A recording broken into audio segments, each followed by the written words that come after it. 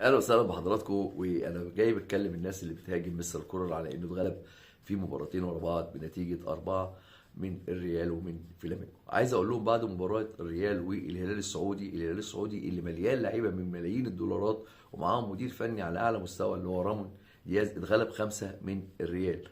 والمباراتين اللي الاهلي اتغلب فيهم 4، لو جينا نحللها كده مع ريال مدريد، كان ريال مدريد متقدم 2 وجات فرصه لمحمد مجدي قفشه ان هو يحرزها داخل المرمى وتبقى النتيجه 2-2، واطاح بيها خارج الملعب. كانت كفيله ان هي تغير شكل المباراه، واخر هدفين اللي هم الثالث والرابع دول جم في الوقت بدل الضايع. يعني النتيجه كانت لا تعبر عن سير المباراه، والاهلي كان مقدم مباراة ولا أروع، وكان ند لنادي ريال مدريد بمعنى الكلمة. وفي مباراة فلامينجو أيضا الأهلي كان متقدم 2-1 على فلامينجو، وفرصة ذهبية لمحمد شريف حطها له أحمد عبد القادر على طبق من ذهب، وانفراد بالمرمى صريح، وأضاع الفرصة السهلة ووضعها بين أيدي حارس مرمى نادي فلامينجو. كانت النتيجة دي لو بقت 3-1 كانت كفيلة إن هي تقضي على المباراة تماما، والنادي الأهلي يحتفظ ببرونزية كأس العالم للأندية. يعني كولر بيوصلك كل 5 دقايق للمرمى.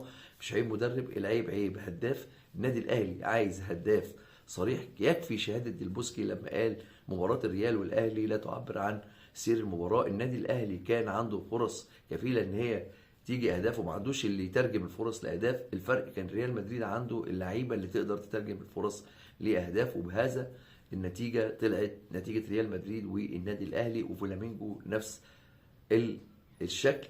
النادي الاهلي قدم كوره جيده جدا، وكولر مدرب محترم وبيقدم كوره محترمه وبيعمل تدوير للعيبه وراحه للعيبه بين كل مباراه. بس يعاب عليه ان في بعض اللعيبه خلاص صلاحيتها انتهت بالنسبه للنادي الاهلي، زي مجدي قفشه وزي محمد شريف.